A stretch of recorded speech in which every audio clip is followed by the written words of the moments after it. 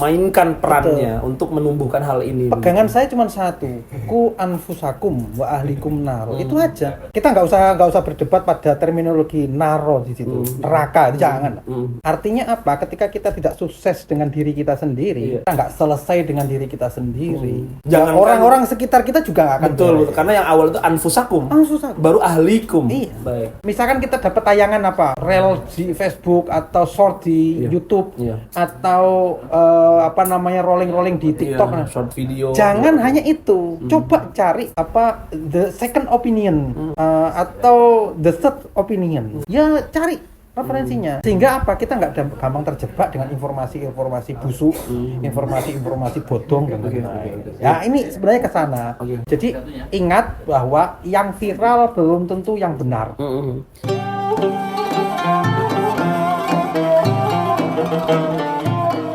Ahlan wa marhaban, Kang Aang, apa kabar?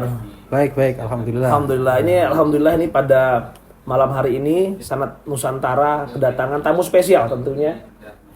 Tamu spesial yang luar biasa, pendekar literasi. Karena kemudian beliau punya pengalaman yang luar biasa dalam literasi begitu. Bahkan kalau saya ini kan angkatan tahun 90-an, waktu kemudian saya masih duduk di bangku SD mungkin.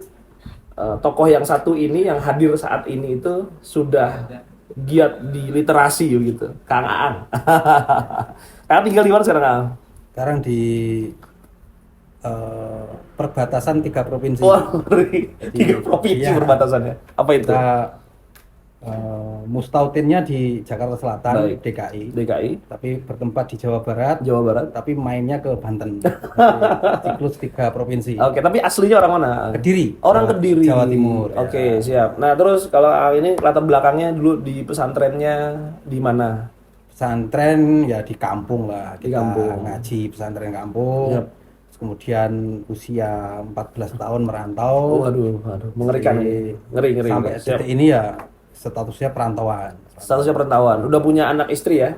Sudah. Istri berapa? Alhamdulillah kelompok muwahhidin. Jadi satu. Sultanul Wahidin. Nah. Apa Sultanul Khaifin? Khaifin apa Muwahhidin? Ya sama saja. Baik, Kang. Alhamdulillah ini Sanat Nusantara punya program namanya Layali Ramadan. Layali Ramadan itu diambil dari bahasa Arab tentunya ya, malam-malam Ramadan. Kita ingin menghidupkan malam-malam Ramadan dengan banyak hal. Kita ingin menginformasikan kepada para penikmat Sanat Nusantara ini tentang banyak hal. Nah, salah satunya kita ingin bicara soal literasi. Kalau soal literasi berarti soal buku, dan Kang Aang tentu punya banyak pengalaman soal buku ini begitu. Nah, kalau misalnya kita sebagai pemantik yang pertama, menurut Kang Aang sendiri itu masyarakat Indonesia sekarang, atau kita lebih mengarah kepada anak-anak muda lah, karena gitu konteksnya kan anak muda, itu masih suka nggak sih sama namanya baca buku, Kang? Ya kita literasi itu sebenarnya tidak harus buku. Oke. Ini dia.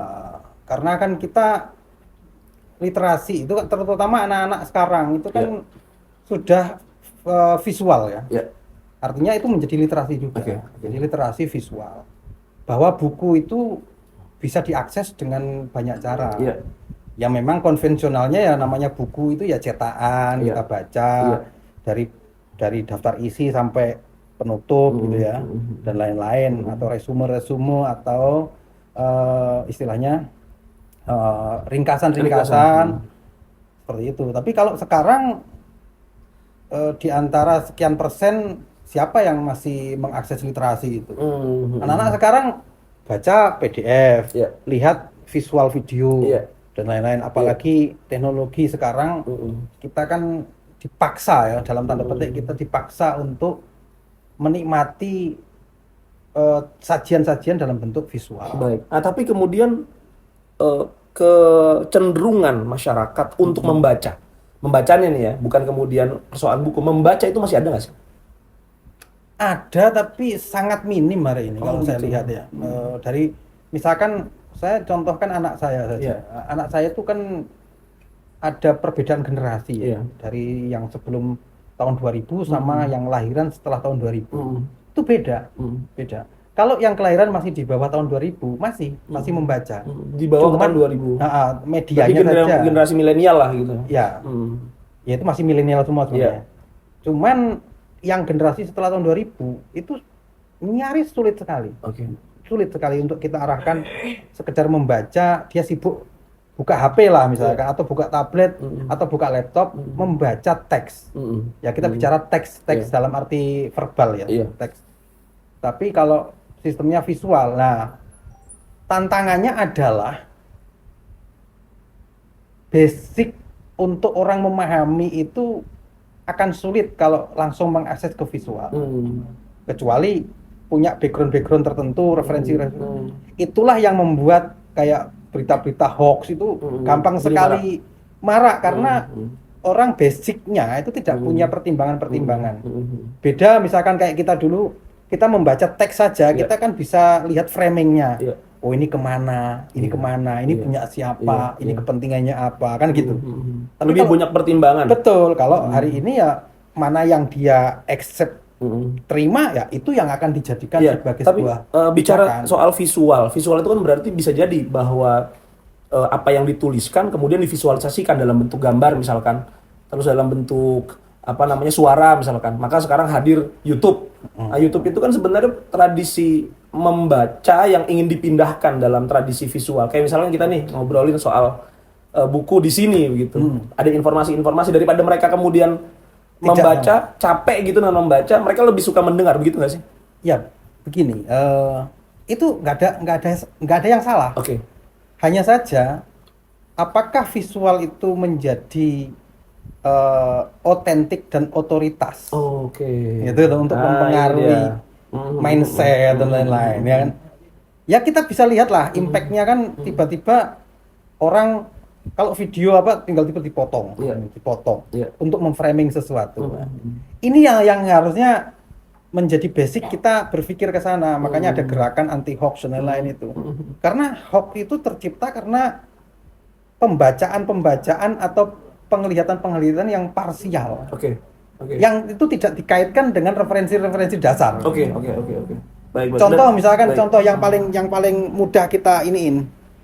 Tiba-tiba ketika kalangan artis yang viral mengatakan soal belum muhrim gitu. Belum muhrim, ada kata muhrim. Iya, gitu. Ada kata muhrim.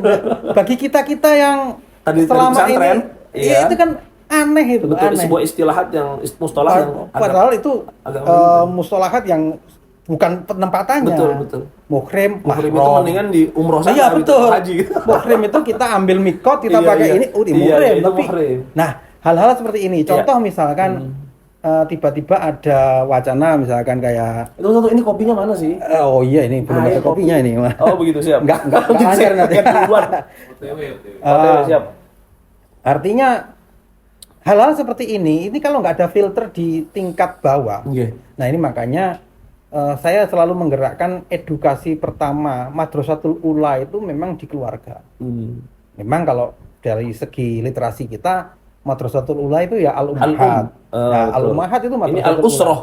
Al-Usroh. Ya. Nah, makanya konsep kita yang kita pegangi itu adalah Al-Usroh Al-Maslahah.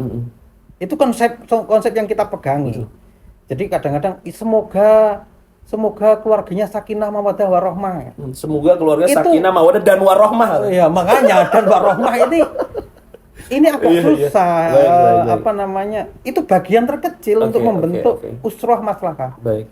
Jadi dan bagaimana itu yang dihadirkan oleh visual, artis-artis dan lain sebagainya punya kecenderungan masyarakat menganton mereka. Nah, bahwa itu kita tidak bisa salahkan, nggak bisa. Itu sesuatu yang bergerak sesuai zaman. Hanya saja kita bisa punya rem tertentu ya, apalagi anak-anak sekarang. Anak-anak sekarang, kamu nggak boleh begini kan, nggak bisa begitu. Harus memang benar-benar, ayo kita begini. Jadi bahasanya beda.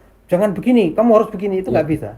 Ayo kita begini. Jadi balik lagi ke konsep yang selama ini ya akhirnya saya praktekkan sendiri, nggak jauh-jauh. Ya. Bagaimana kita bisa selamat secara personal, bukan selamat dalam konteks kita mengubah dunia atau mengubah negara atau mengubah wilayah kita, enggak. Ya kita sendiri. Jadi jenengan tuh sebenarnya ingin kemudian lebih holistik dalam melihat sesuatu gitu atau mempraktikkan sesuatu. Misalnya tradisi keilmuan begitu. Bukan hanya dibaca lewat YouTube saja, tapi yang lebih luar biasa adalah kita harus mengetahui metodologinya, kita harus tahu fun-funnya. Atau dalam tradisi pesantren ada innama badi'a kulli fannin asyratun al-haddu wal maudun, begitu ya? Betul. Dan itu jarang sekali, Bang. Jarang sekali. Orang-orang yang tahu itu, iya. Artinya balik lagi, semuanya itu adalah balik lagi di konteks kitanya, kita secara personal kita. Dan itu usroh menjadi hal yang penting. Paling penting, Baik. paling penting. Baik. Karena dari situlah permulaan kita mau kan kita sering kali mendengar orang mau mengubah dunia. Itu nggak bakal mungkin bisa terubah dunia itu. Ternyata ujungnya kan hanya mengubah diri sendiri. Hanya ke sana. Kunci arah ke sana. Iya. Kalau konsepnya seperti itu. Baik. Tapi kalau ada adigium yang mengatakan khairu jalisin fi zamani kitab. Nah, itu kontekstualisasi dari adigium itu apa? Nah, kitab itu adalah sesuatu yang al-maktub kan. Oke, Al-maktub sendiri bisa sekarang bentuknya kan taswir juga bisa. Bentuk gambar. Bentuk audio dan lain-lain. Tergantung kitanya. Baik, tapi yang terpenting kitab itu adalah apa yang bisa jadi input di dalam akal kita. Bisa kita ambil agar kemudian bisa menjadi sesuatu yang bermanfaat buat diri kita. Iya. Siap. Untuk diri kita, memang untuk diri kita. Betul. Baik Kang. Sekarang jenengan punya pengalaman luar biasa dari sejarah atau lebih mengetahui lah bagaimana perkembangan literasi. Saya ingin kemudian sedikit flashback gitu. Waktu zaman-zaman dulu. Zaman-zaman di tahun 90-an misalkan. Itu bagaimana sih melihat literasi, buku, lalu kemudian kecenderungan orang mahasiswa santri untuk membaca, mengambil referensi dari buku-buku agar pemahamannya utuh dan holistik gitu. Ya, pertama memang kita punya lingkungan yang mengarah ke sana. Oke. Dulu begitu dulu ya? Iya, satu. Saya kebetulan tertarik di literasi karena memang dulu terpaksa sebagai katibnya kiai saya ketika kebetulan saya pernah ikut beliau Allahu yarham Kiai Yusuf Muhammad Jember ya. Saya mungkin keterpaksaan dalam konteks waktu itu ketika saya dipaksa untuk mengakses beberapa kitab-kitab besar yang sehingga itu membuat saya berpikir ya kitab-kitab besar itu memang sifatnya murajih. Jadi literasi yang kita akses, reference begitu ya. Reference. Sebenarnya buku-buku yang kita baca setiap hari itu ya buku-buku yang sifatnya kecil-kecil. Iya. Itu dari sana. Kemudian ketertarikan itu memang muncul. Akhirnya hobinya ya waktu kuliah dan lain-lain. Ya uang itu ya hampir 40% itu aksesnya buat beli buku, buat beli kitab. Tapi kan memang beda ya. Era-era tahun 90-an sebelum tahun 2000 lah kita batasin tahun 2000. Milenium itu memang kita ini kan haus informasi. Nah bagi orang-orang yang haus informasi itu nggak ada akses kecuali buku. Oke. Iya betul ya. Mentok-mentok koran deh, koran. Koran. Tapi koran kan juga terakhir juga terlalu banyak iklan, terlalu banyak apa sehingga kita ya akses paling utama buku. Nah sehingga periode berikutnya kebiasaan buku itu menjadi beralih. Tapi masih orang konvensional, orang-orang yang memang mencari referensi memang tetap membaca. Jadi punya marketnya sendiri. Betul. Tetap baca. Jadi tidak tergantikan sih memang itu kalau Dulu tradisi menulis itu luar biasa ya. Maksudnya begini, kalau sekarang itu kan analogi kompilasi pemikiran, lalu kemudian antologi cerpen, kumpulan-kumpulan. Nah, kalau dulu itu apakah seseorang itu menulis untuk pribadi atau mungkin ada kecenderungan antologi, kompilasi yang kemudian satu buku ditulis oleh ramai orang itu sudah ada waktu zaman itu? Ada. Ya memang dulu kalau teman-teman itu ya, teman-teman apalagi di Jogja dulu, ada beberapa kalangan penulis itu yang mencoba keluar dari jebakan-jebakan ekonomi sebenarnya. Iya. Jebakan ekonomi. Iya. Ya kita harus akui itu. Banyak teman berlomba-lomba untuk tulisannya dimuat di media massa. Ya dulu kalau di Jogja itu ada KR, ada Bernas, bahkan ke tingkat Republika atau Kompas gitu. Kalau Standarnya dulu kan seperti itu. Tapi itu jebakan ekonomi istilahnya. Nah, iya dong. Apakah itu juga punya niat secara ideologis lah bahwa kita harus mengembangkan literasi, Ya, ada lah. etika keilmuan itu pasti ada ya. Ada, Tapi lebih ada. cenderung ke ekonomi. Ya, nyari nggak punya duit. Iya, karena dari Iya. honor itu meskipun honornya waktu itu penulis itu honornya nggak besar ya. Iya. Itu beda dengan ketika nulis buku terus kemudian bukunya bestseller, itu beda. Iya. Beda. Tapi tulisan-tulisan yang sifatnya cerpen atau cerita bersambung atau opini atau apa istilahnya kalau yang dalam tayangan-tayangan koran waktu itu opini dan lain-lain itu ya honor. Honor ya honor. untuk Tapi mendapatkan bahwa sesuatu. banyak yang bisa keluar dari jebakan-jebakan itu sehingga itu bisa jadi banyak teman-teman yang awalnya jadi penulis honorer itu Iya. itu kemudian bisa bikin penerbit, terus bisa mengembangkan bikin pelatihan. Iya. Di Jogja itu ada temen yang di penerbitan itu sampai bikin sekolah penulisan dan lain-lain. Ya itu alhamdulillah. Jadi Siap. bisa berkembang di wilayah itu. Makasih sekali nih. Ini kopinya. memang ciri khas di Sanat Nusantara itu iya. narasumber harus ngopi. Wah iya, kalau nggak ngopi agak tersendat ini. Sudah. Nah, seperti itu. Iya. Nah, kecenderungan itu saya rasakan benar ketika saya masih di Jogja ya, karena iklim ya, di Jogja itu iklim. Saya sampai Kota pelajar lah ya. anak-anak saya iklimnya sendiri, pelajar. saya budgetin dan memang selalu saya ajak ke toko buku dan kita harus belanja buku. Dan itu pun masih mengimbas. Jadi anak saya yang pertama itu masih suka baca. Bahwa sekarang masih di laptop atau di tablet atau di handphone itu dia tetap baca. Meskipun bukan dalam bentuk buku ya. Dan mereka masih punya kecenderungan untuk mengoleksi buku lah. Enggak ada kalau mengoleksi. Mengoleksi ya. Kalau koleksi nggak ada. Kalau ada buku dibeli harus dibaca. Iya, harus dibaca. Makanya sekarang kan yang penting dia baca. Ternyata ya seperti itu, dan anak-anak yang generasi 2000-an ke sini itu agak sedikit susah ya, karena mungkin balik lagi itu kayak behavior. Iya, tadi itu bahwa betul. dulu ada semacam bukan keterpaksaan ya. Tapi memang ya kita dituntut untuk akses informasi dan masih terbatas sekali. Sangat terbatas Kalau sekali. sekarang sudah banyak hal. Sangat banyak. Dari YouTube lah, dari apalah gitu. Banyak lah pokoknya ya. Spotify misalkan. Wah, sudah banyak lah medianya sekarang banyak sekali. Nah, terus untuk ini ya, penerbit-penerbit ini. Lembaga-lembaga penerbitan. Sanat Media juga sebenarnya kan punya penerbitan namanya Sanat Media Pustaka begitu. Kita sudah mengeluarkan beberapa karya buku lah yang ya alhamdulillah sampai sekarang masih berjalan gitu. Nah, tapi dulu itu penerbitan itu sama sekarang nih dibandingkan. Itu bagaimana geliatnya? Ya buku itu gini. Buku itu memang hari ini kebanyakan penerbit itu nggak tahu, ini bisa disurvei lah atau diriset. Kebanyakan penerbit sekarang itu bukan dikelola oleh orang-orang yang mencintai literasi. Gitu ya. Nah, ini satu tesis yang menarik. Iya. Lembaga penerbitan bukan dikelola oleh orang yang mencintai literasi. Iya. Atau fokus pada tema-tema tertentu yang literatif. Tidak. Tapi justru kebanyakan hari ini faktor memang itu tidak mutlak ya. Tapi kebanyakan hari ini penerbit itu dikelola oleh orang-orang yang basicnya memang industrial. Iya. Jadi keuntungan jatuhnya. Betul. Bukan idealis bahwa ini harus dijaga. Ya ada faktor itu, hanya saja seringkali contoh lah, misalkan teman-teman penulis tiba-tiba berdebat soal royalti sekian persen itu ujung-ujungnya dari industrialisasi seperti itu. Nah, ini kembali lagi ya ke negara. Negara kita ini kan tidak apa namanya ya tidak mensupport betul gitu. Ya bagian besar dari pendidikan negara ini. Ya, contoh lah kemarin Capres itu tiga-tiganya nggak ada yang ngomong fokus soal pendidikan. Nggak ada. Maksudnya tentang literasi lah. Contoh sederhana. Kependidikan gagal itu salah satu indikasinya adalah kita di tempat-tempat umum itu orang nggak bisa antri. Nah, gimana itu ya? Nggak bisa antri itu maksudnya?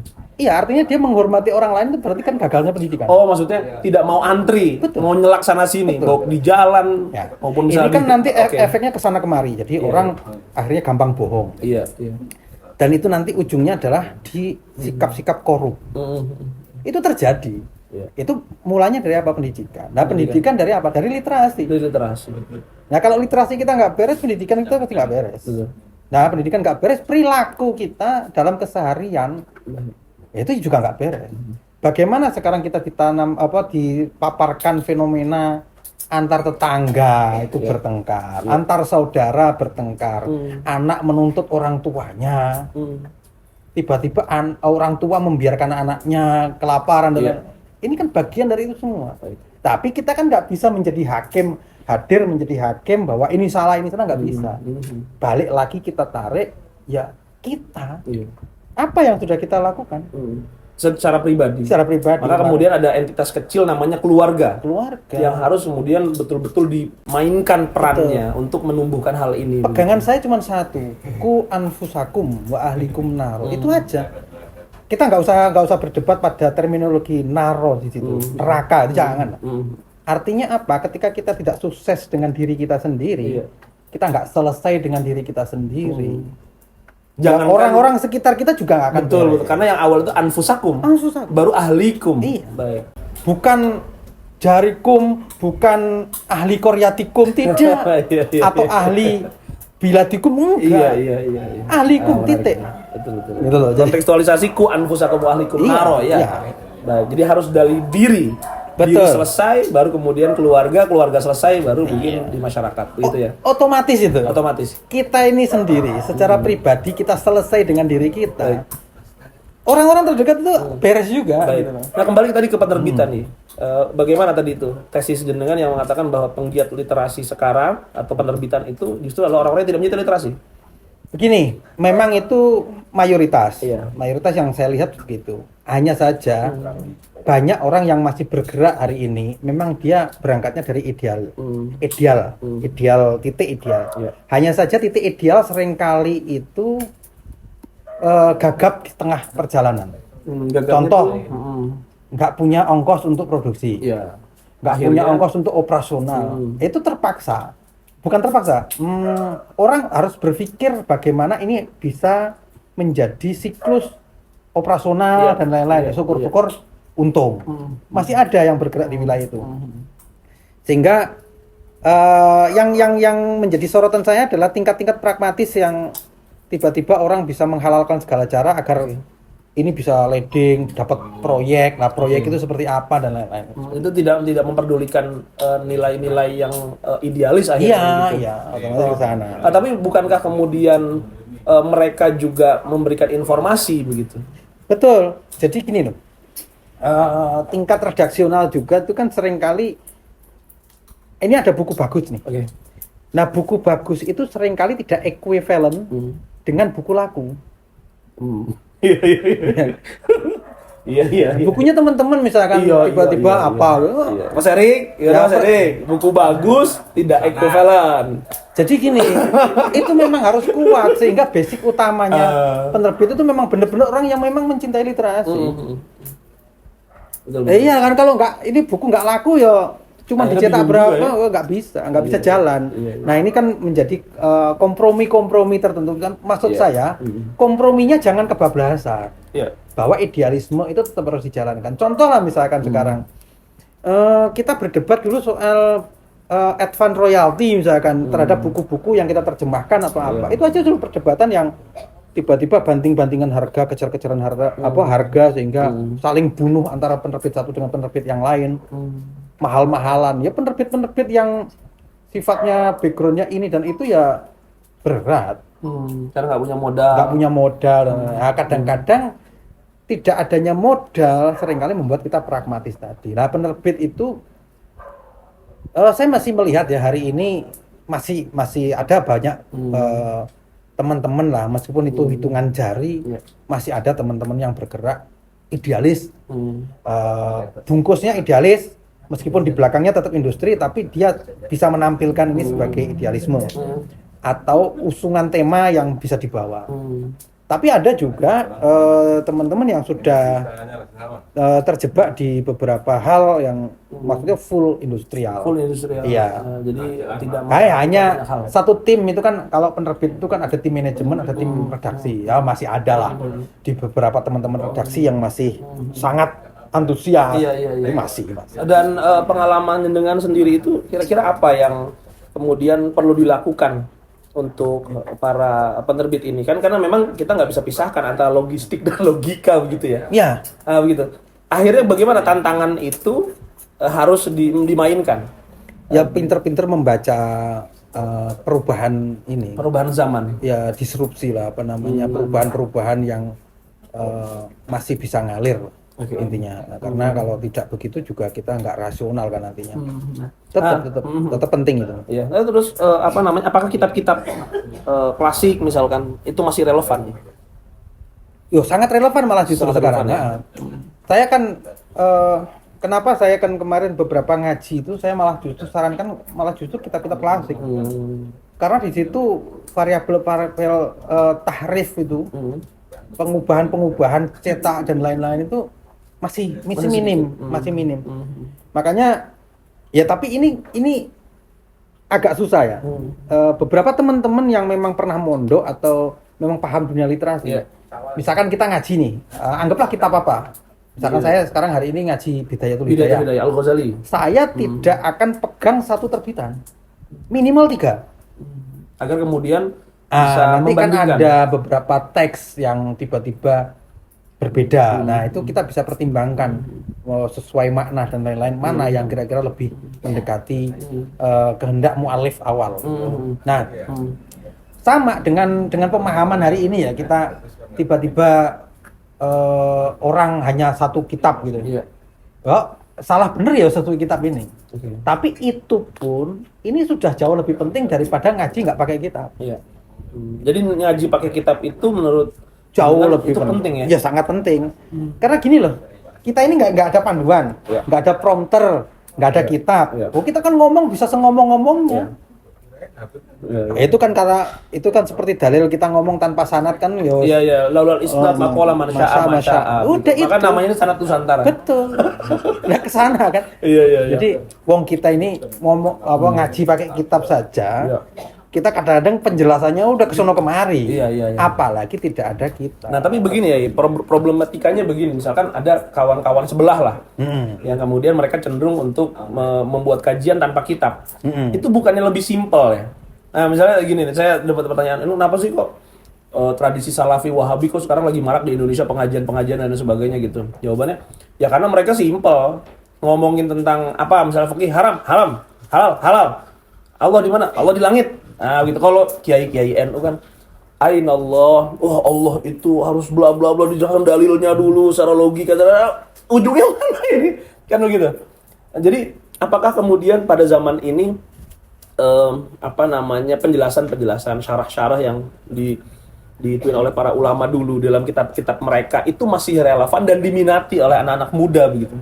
Ya, sangat penting. Begitu, sangat penting karena kalau balik lagi itu, kalau kita tidak ada, kita ini kan kita belajar apa tuh?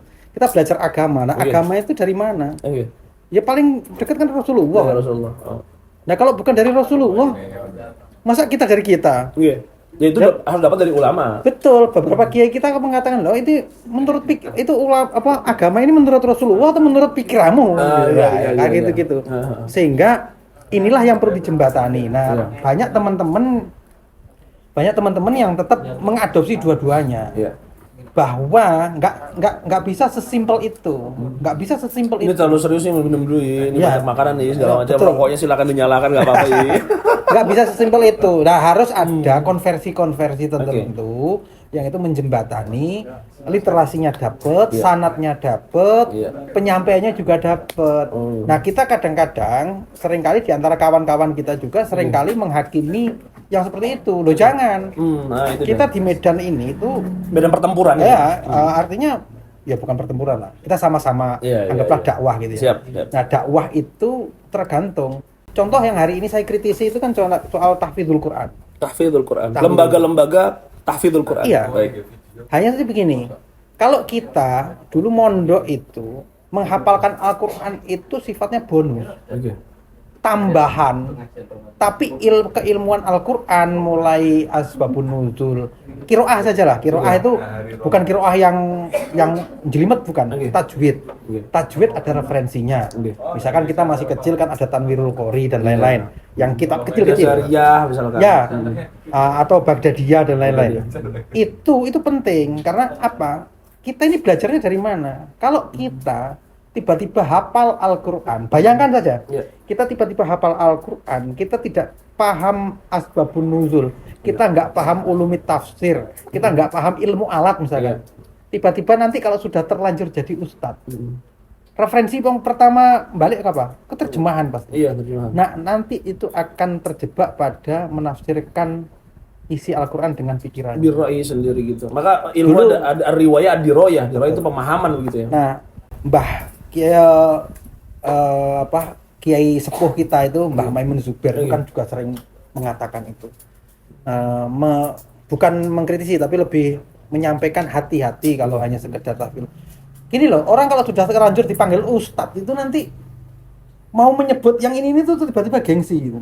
Loh enggak, kita ini ilmu agama ya dari kitab ini diajarkan sama kiai saya dari ini. Itu sanad. Ya balik lagi, kalau enggak ya semau-maunya. Dan agama enggak bisa memang begitu. Sudah ada distorsi makna begitu. Bahwa ketika kita menghadapi beberapa perbedaan ya, jadi saya dulu pernah baca kitab itu Rahmatul Ummah fi Ikhtilafil A'immah, itu menarik itu kitab itu. Meskipun kemarin saya cari juga nggak ketemu itu kitab saya. Nah ini penting karena apa? Banyak pilihan, kita manut imam ini mau ini nggak apa-apa. Contoh lah, kita kan Syafi'i murni, bukan murni lah. Kita belajar pada para kiai kita kebetulan Syafi'i. Kebanyakan terus kemudian kita baca lagi dibenturkan pilihan kita pada strukturnya Imam Rafi'i sama Imam Nawawi. Ya, itu dalam Bahrul Masail begitu ya. Musengan sendiri itu pusing bener itu. Tapi ya terserah kita mau ikut yang mana nggak apa-apa, sama-sama bener lah kalau. Tapi ada yang kita ikuti, gitu saja. Nah, jadi harus ada referensinya juga. Betul, belum lagi karena kita ini masih dalam tingkatan dalam bahasa usul fikih mungkin awam gitu ya. Muqallid. Ya, kita pengikut murni lah, bukan mujtahid lah, tapi itu belum lagi nanti muqaronah kan, madzhab misalkan. Saya kebetulan dari kecil tuh sudah baca Al-Fiqhu ala Madzahibil Arba'ah itu. Imam Abdurrahman Al-Jaziri itu yang 5 jilid itu. Saya sering baca itu dari kecil itu. Kok perbedaan, tapi sebenarnya perbedaannya nggak signifikan. Ya beda-beda. Nah kita mau ikut yang mana terserah, nggak apa-apa. Asalkan punya referensi dan ada qudwah gitu. Nah, kepada guru kita gitu. Agar kemudian sanad kita bersambung secara pemahaman, bukan hanya secara. Apalagi kan hari-hari ini dengan variabel-variabel ini kan tidak semuanya kita bisa temukan referensinya di Imam Syafi'i. Nah, menemukan titik balik the turning point ini, kita nggak mungkin Pak bisa begitu kalau kita nggak memiliki daya literatif. Balik lagi ke literasi tadi. Kita ini misalkan kita bikin sekarang kan ini contoh ya, ibaratnya hari ini kita disajikan sama mie instan. Mie instan itu satu bungkus, kita sudah tinggal ngerebus, bumbunya tinggal kita masukin. Jadi. Nah, tapi kalau kita punya ilmunya bahwa kita meracik bawang putih, bawang merah kita gerus, tambahin merica, tambahin cabai, itu akan sangat lebih dasar dibanding kita hanya mengkonsumsi mie instan. Seperti itu. Literasi juga seperti itu. Tapi masalahnya kan akses untuk bisa masuk ke dalam literasi yang tadi Jenderal sampaikan pasti karena berurusan dengan manhaj metodologi keislaman yang utuh begitu kan bahasa Arab semua ya. Ya pilihan-pilihan, jadi membentuk komunitas kecil-kecil yang di situ ya. Ayo kita belajar lagi. Contoh lah misalkan, jangankan orang awam atau orang yang tidak menekuni bidang-bidang ini, bidang-bidang dalam konteks literasi keagamaan misalkan. Teman-teman saja yang S1, S2 atau S3 bahkan, ketika dia tidak punya daya literatif itu, ketika misalkan contoh yang kalau ngaji itu kan ada beberapa teman-teman S2. Jadi satu kitab. Nah, ketika kita sarankan untuk coba akses ini.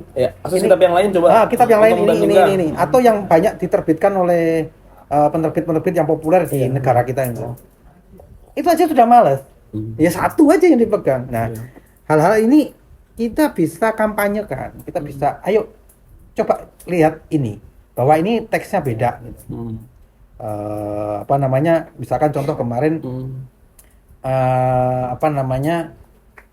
alaikum bidzikri wa tasbihat misalkan. Itu contoh teks yang ada di Bidayah. Tapi kitab lain itu alaikum bil fikri wa tasbihat. Ada dua antara zikr sama Betul. fikr. Ya. Nah, ini contoh saja, contoh yang kebetulan saya ingat. Iya. Nah, ini kita bisa temukan di beberapa referensi. Nah, sebenarnya literasi itu mengarahkan kita untuk mencoba mereferensikan sebanyak mungkin. Oke.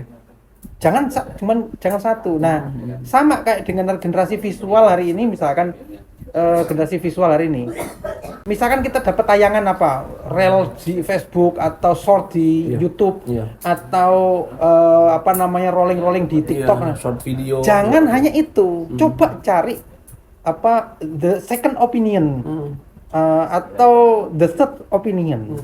Ya cari referensinya, sehingga kita nggak gampang terjebak dengan informasi-informasi busuk, informasi-informasi bodong dan lain-lain. Ya ini sebenarnya ke sana literasi, sehingga hidup kita ini nggak terus tiba-tiba galau sendiri. Ini menjadi concern saya, karena kemarin saya juga kemana-mana itu saya selalu kampanye. Kenapa kita nggak bahagia? Tiba-tiba kita sibuk ngurusin orang, sibuk ngurusi amalia orang dan lain-lain. Karena referensinya itu sangat minim. Hidup kita sama sekali tidak tenang. Nah, kita hidup sekali itu harus berarti, dan setelah itu mati gitu loh. Ya kan begitu. Sehingga kalau kita referensinya nggak banyak, ya kita akan terjebak pada satu siklus informasi yang informasi itu dikendalikan oleh orang-orang yang kita sendiri nggak tahu. Ya, dan di dalam dunia sekarang visual digital, memang kan yang penting itu pencitraannya. Yang penting bungkusnya kelihatannya keren, dia di clickbait misalkan ya, gitu kan. Orang kan pada ngeliat itu gitu. Orang kan juga ngejar viewer, berapa orang ditayangkan, kadang-kadang ditambahin ekstrim sehingga itu menjadi viral dan jadi ingat bahwa yang viral belum tentu yang benar. Nah, tapi kemudian tantangannya kan begitu ya. Misalnya begini, sekarang website misalnya harus kemarin tuh SEO misalkan, harus pakai hashtag, harus pakai kecenderungan para pendakwah dalam koridor Ahlus Sunnah wal Jamaah begitu nggak ya? Jadi kita bicara soal tadi harus kemudian balik ke kitab-kitab klasik, harus referensial, harus kemudian holistik, tapi kemudian kita sendiri sepertinya belum bergerak untuk ke arah sana. Ya kan gini Pak, kita ini kan nggak bisa lepas dari siklus sesuatu yang serba berbayar kan hari ini. SEO atau hal-hal yang membuat traffic kita naik atau akun kita dilihat orang, itu semuanya berbayar semua. Memang ada program seperti itu, artinya bahkan itu menjadi titik-titik orang mencari uang ya di sana. Ya nggak mungkin kalau akun kita, bukan nggak mungkin, itu akan susah sekali. Sesuatu yang nggak kita olah itu tiba-tiba viral itu nggak mungkin. Kecuali secara, saya masih bisa melihat ada beberapa akun atau beberapa kiai-kiai kita yang viral itu memang alami. Alami itu. Contoh misalnya Gus Baha lah ya. Ya Gus Baha itu salah satu contoh. Tidak punya tim sendiri, tapi semua orang mengupload itu. Nah, ketika semua orang mengupload itu ya itu viral. Tapi kan 1000 banding 1 ya. Betul. Betul. Jadi gini, kalau saya pakai bahasa Jawa, yang tenar belum tentu benar, yang benar belum tentu, tapi penar apa sih istilahnya bahasa Jawa? Sing tenar urung mesti bener, sing bener urung mesti pener. Nah, kita ini kan sebagai santri itu kemana-mana mengejar selain bener ya harus pener gitu. Iya. Karena apa? Tenar itu bukan tujuan, itu efek samping. Tapi orang kadang-kadang tenarnya yang dikejar. Nah, itu kejebak sendiri menurut saya. Kalau saya jadi ingat sebuah kaidah yang sering disampaikan Mas Yahya Azhar itu, laisa kullu mubahin murtah gitu. Tidak semua hal yang mubah, yang istilahnya boleh dilakukan itu sebenarnya juga menenangkan sebenarnya begitu ya.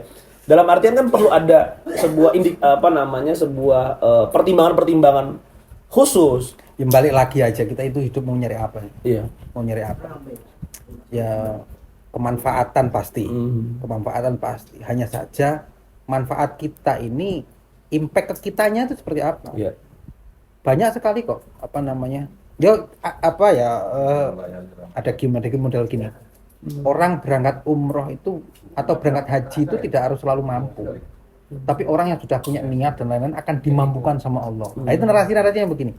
Contoh misalkan, nah kita ingin merubah dunia, tapi diri kita sendiri nggak berubah. Ya nggak mungkin. Dunia berubah karena kita nggak mungkin. Sehingga yang paling penting adalah dunia itu kan sebenarnya ada dalam diri kita. Yang paling penting ya diri kita. Nah, kuncinya bahagia tadi. Karena orang kalau bahagia itu dia tidak akan banyak mengeluh.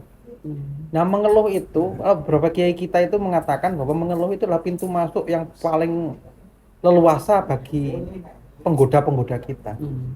Inna syaitona aduwwum mubin. Itu. Nah, saya memaknai aduwwum mubin itu aja berat, Pak. Musuh yang jelas ya, nyata. Ora ketok ya. Enggak jelas ya, enggak kelihatan ya. Nah, tapi di Al-Qur'an mengatakan seperti itu. Nah, kita kan harus cari maknanya. Nah, kalau kita tiba-tiba berjuang dan kita tiba-tiba nggak bahagia, berarti ada yang salah. Oh, jadi harus juga sesuai fashion juga dong. Iya, bahagia. Kita ini kan bahagia. Wah, hidup sekali kok susah lah. Kalau susah nanti nggak bersyukur. Kemarin saya ngupdate reels di Facebook misalkan contoh. Allah itu maha pemberi rezeki. Bahkan beberapa kali Allah mengasih rezeki kepada kita itu sifatnya memaksa. Nah, itu satu narasi. Kemudian, tapi kok kita merasa sempit? Ya karena ternyata rasa syukur kita yang kurang. Kalau Allah itu gini, Allah ya sutur rizqo limai membuka.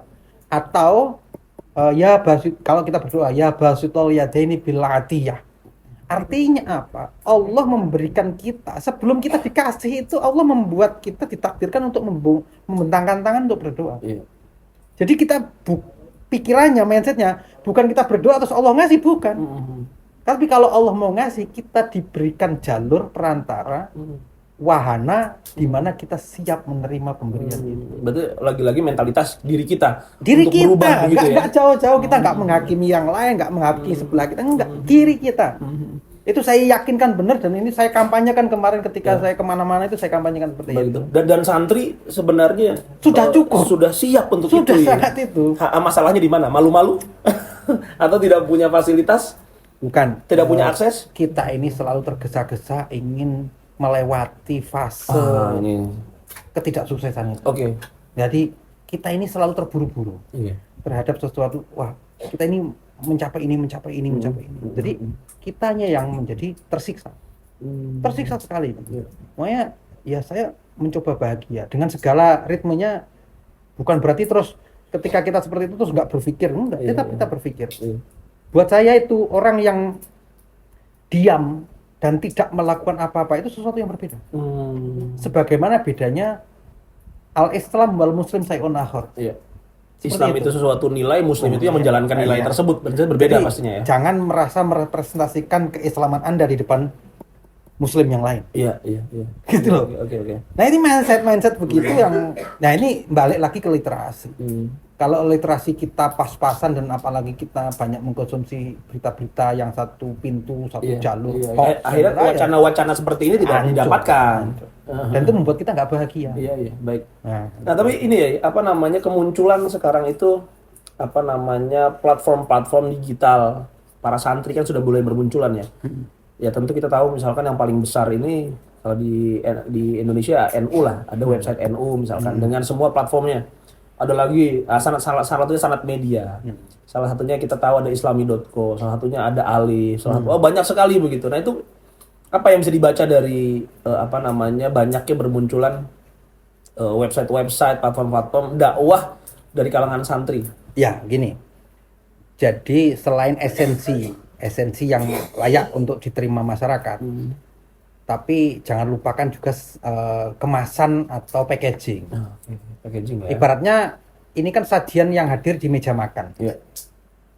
Ya begini, kadang-kadang kan kalau kita lihat masakan tergantung ininya. Nah, hadirnya media-media ini penting.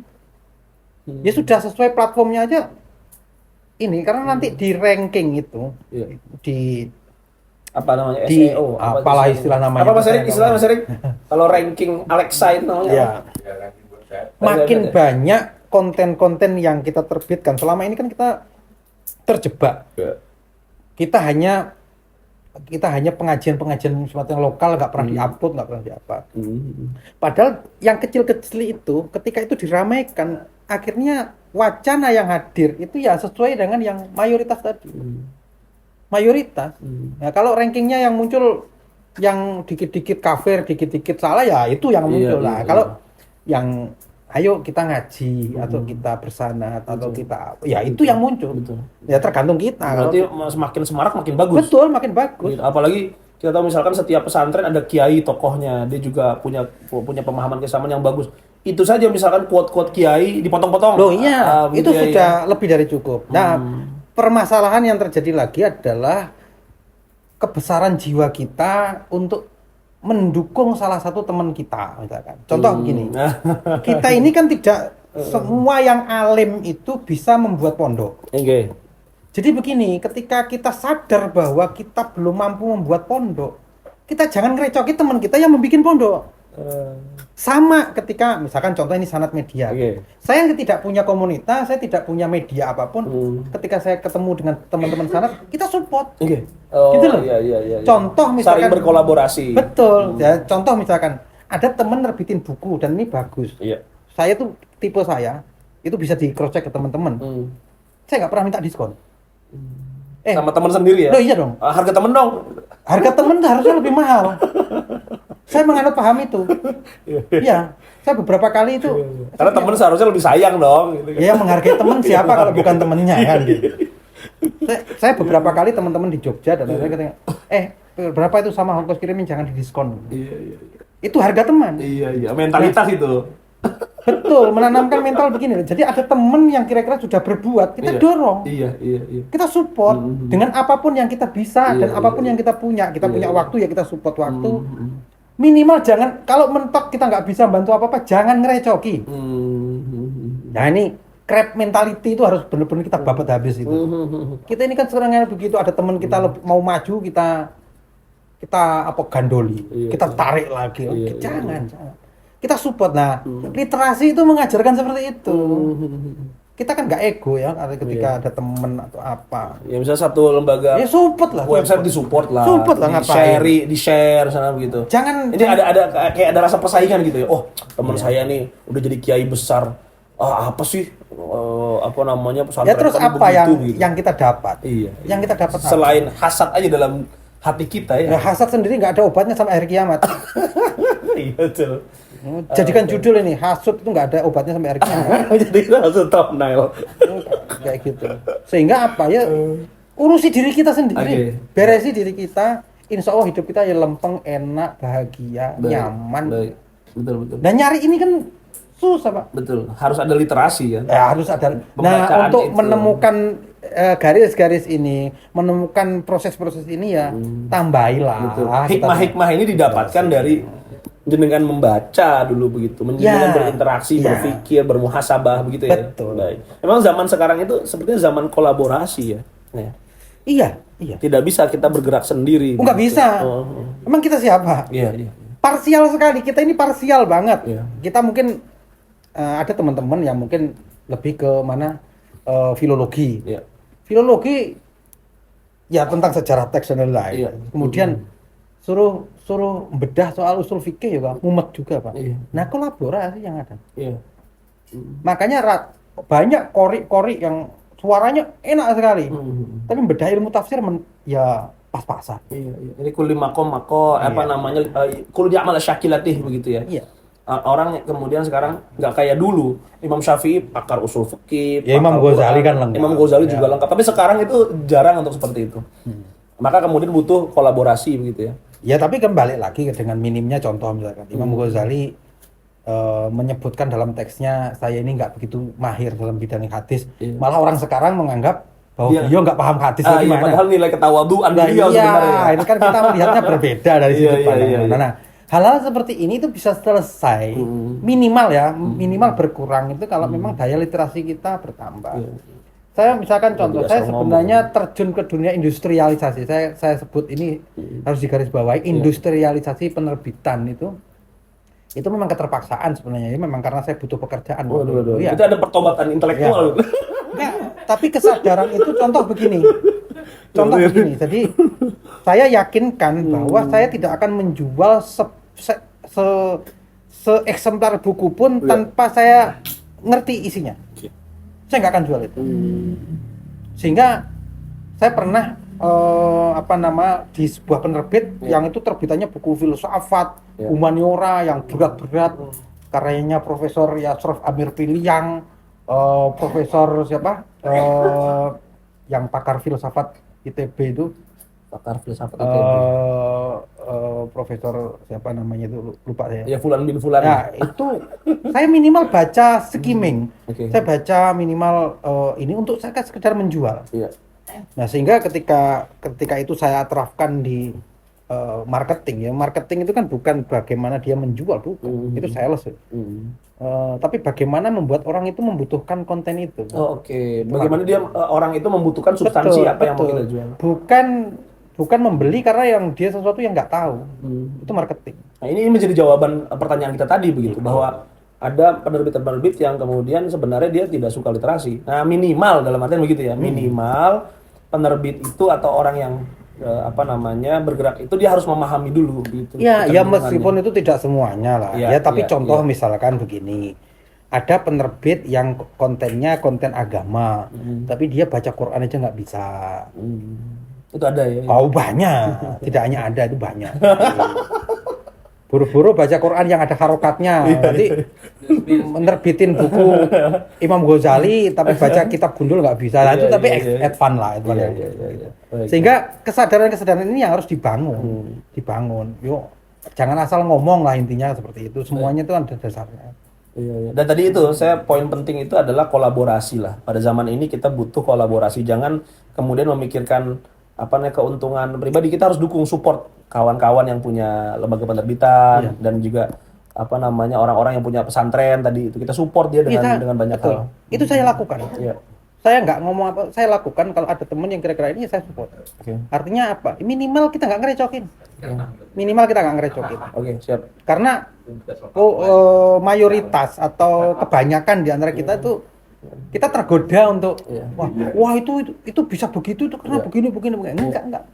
Udah itu luar biasa. Dia sudah bisa punya santri meskipun santrinya cuma 15 20. Wah itu luar biasa. Itu udah luar biasa. Dalam kodar yang kecil gitu. Betul. Saya pengen spesifik nih. Zaman sekarang mungkin di kawan-kawan sanat juga nonton ini referensi dari platform-platform keislaman yang menurut jenengan sendiri bagus untuk bisa diakses oleh para anak-anak Gen Z untuk menilai khususnya agama gitu, karena agama itu apa saja nggak apa-apa disebutkan di sini begitu, yang kemudian yang praktik ada yang praktik, ada yang advance. Artinya kalau mau praktis ya situs-situs model kayak NU online itu itu menjadi rujukan layak minimal untuk pintu masuk silahkan. Untuk beberapa itu NU online aja pintu masuk ya? Iya, pintu masuk. Pintu masuk. Sehingga ya nanti kan di belakangnya itu kan ada teman-teman yang supporting juga kan. Di situ ada ya kayak Sanat media ini. Terus ada islami.co juga lebih ke kekinian dan lain-lain. Alif juga lebih ke literasi juga. Dan punya core masing-masing. Kalau Sanat media ini memang dia punya concern di bagaimana mentransformasikan ilmu-ilmu yang dari Azhar, para ulama-ulama Azhar diterjemahkan sama kita ke dalam bahasa Indonesia. Azhariun. Kayak gini, saya selalu punya tagline dan ini bisa dipakai ke lini manapun. Agama itu tidak bisa kita ngarang-ngarang satu. Makanya belajarlah agama itu dari awal, dari dasar. Agar apa? Pemahamannya kita nggak kesasar. Gitu. Sehingga penting kita belajar dari awal ya, karena itu membentuk pola pikir. Sehingga saya selalu sedih ketika tiba-tiba ada artis yang dijadikan patokan perubahan soal literasi keagamaan itu. Bahwa ada banyak ustadz-ustadz yang memang punya kemampuan keilmuan ada, tapi sifatnya dia tiba-tiba masuk dunia entertain itu ada. Tapi terjebaknya ketika yang lain itu nggak paham ini tiba-tiba dia ikut kelompok-kelompok tertentu sehingga dia karena sebelumnya sudah berangkat di entertain, akhirnya berangkatnya juga dia mengendorse sesuatu yang mendukung entertain itu. Iya, karena memang tidak punya basic Tidak. itu. Gitu. Makanya Akhirnya kemudian ada perubahan-perubahan mustalahat, Iya. kata ya mohon maaf, Ya, kata yang hijrah, dan kata lain. hijab misalkan. Itu kan sebuah literasi yang kita tidak temukan dulu Ya. begitu. Nah, makanya tetap belajarlah Islam, terutama agama ini dari awal, dari dasar. Iya. Nyicil saja, nyicil. Seperti halnya baca Al-Quran juga. Nggak mungkin kita mengetahui sifatul huruf, misalkan ada ismam, ada lain-lain itu. Kecuali kita belajar dulu bahwa ada ikhfa, ada ilhar, ada ilgom. Iya. Ilgom aja bila guna, bi guna. Iya. Tanpa itu ya berat, mindset kita beda nanti.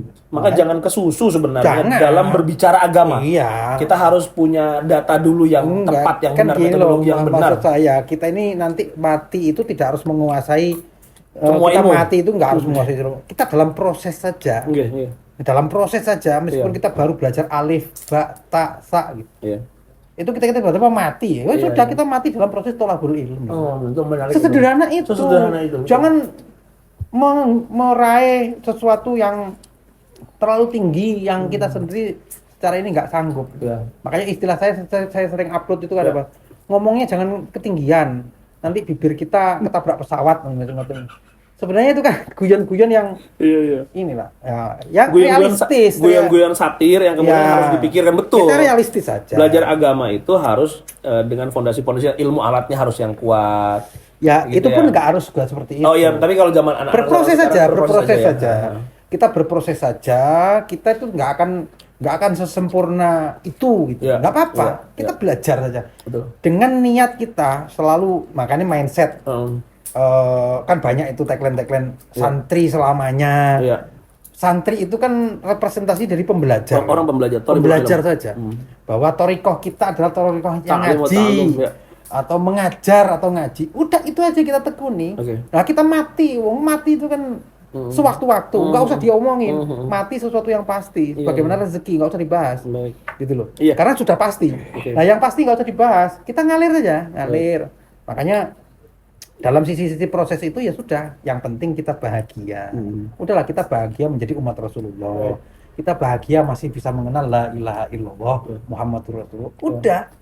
Gitu ya. Nggak usah terlalu rumit. Saya kemudian ingin mencoba mendialektikakan gitu. Ketika ada yang mengatakan balighu anni walau ayah. Nah, itu kan balighu anni walau ayah, walaupun satu ayat saja. Akhirnya dia karena menilai hadis itu kita harus menyampaikan Rasulullah, walaupun kita punya ilmu sedikit, tapi kita sampaikan itu. Padahal pemahaman keilmuan dia juga belum mapan. Gitu. Ya, itu bagaimana tuh? Itu benar. Gitu Cuman ya? begini, Coba sesuatu begini. yang ubaligh hukum itu, sesuatu yang kita sampaikan itu kan harus dengan tanggung jawab penuh. Ya. Bukan sekedar sesuatu terus kemudian seperti halnya kita buang air besar, kita lepas terus kemudian kita merasa lega, Ya. seakan-akan menunaikan hajat kita. Enggak begitu. Ya. Semua yang kita sampaikan itu harus bertanggung jawab.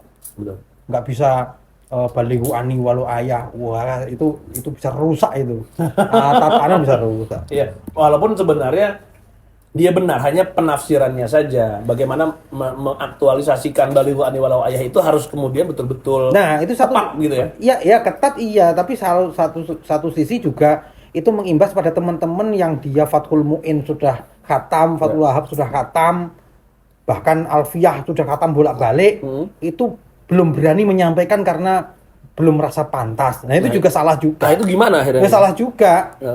Ya sampaikan saja sesuai dengan koridormu. Iya. Gitu loh. Apa yang kamu mampu ya sampaikan saja. Iya, asalkan Tapi betul. intinya Secara sangat keilmuan jelas gitu tetap ya. harus bertanggung jawab terhadap Bertanggung sesuatu jawab. yang sudah kita keluarkan ini. Baik. Bukan dengan serta-merta mengambil itu terus kemudian kita sampaikan tidak. Siap. Oke, ini terima kasih ya. Ini luar biasa sekali perbincangan hari ini 17 Ramadan. Malam nuzul Quran ya. Mudah-mudahan kita dapat berkah ini dari itu semua. Dan Ya, tadi 17 di Indonesia, 18 di Saudi. di Saudi. Nah, kita bicara bisa panjang lagi kan. Ya, 17 itu ya pemerintah ya. Ya. Nah, kalau yang ke saudara-saudara kita Muhammadiyah mungkin sudah 18 ya. Isbat. Ya. Jadi isbat gitu ya. Iya. Jadi persoalan beda metodologi dan itu nggak masalah. Itu berbeda literasi. Ya, beda literasi. Siap. Dan itu suatu yang menjadi rahmah buat kita begitu. Ada yang puasanya ngikutin NU lebarannya bareng. Siap nih. Tapi terima kasih banyak ini ya. Ini pencerahan sama-sama. Ini isinya betul-betul Ya semoga ngalor ngidulnya kalau kata Mas Erik itu kolesterol semua. Nah, apa namanya?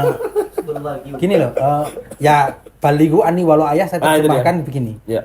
Ya meskipun kita ngobrol, meskipun nanti sedikit ada manfaatnya. Ya. Nah itu Ya, sebenarnya ya. terjemahan baligu ani walau ayah itu. Iya, ini kan sebuah apa namanya sebuah wacana ya, Ya. sebuah opini dari jenengan sendiri untuk melihat wakil lah, melihat realita begitu, dan itu yang disampaikan.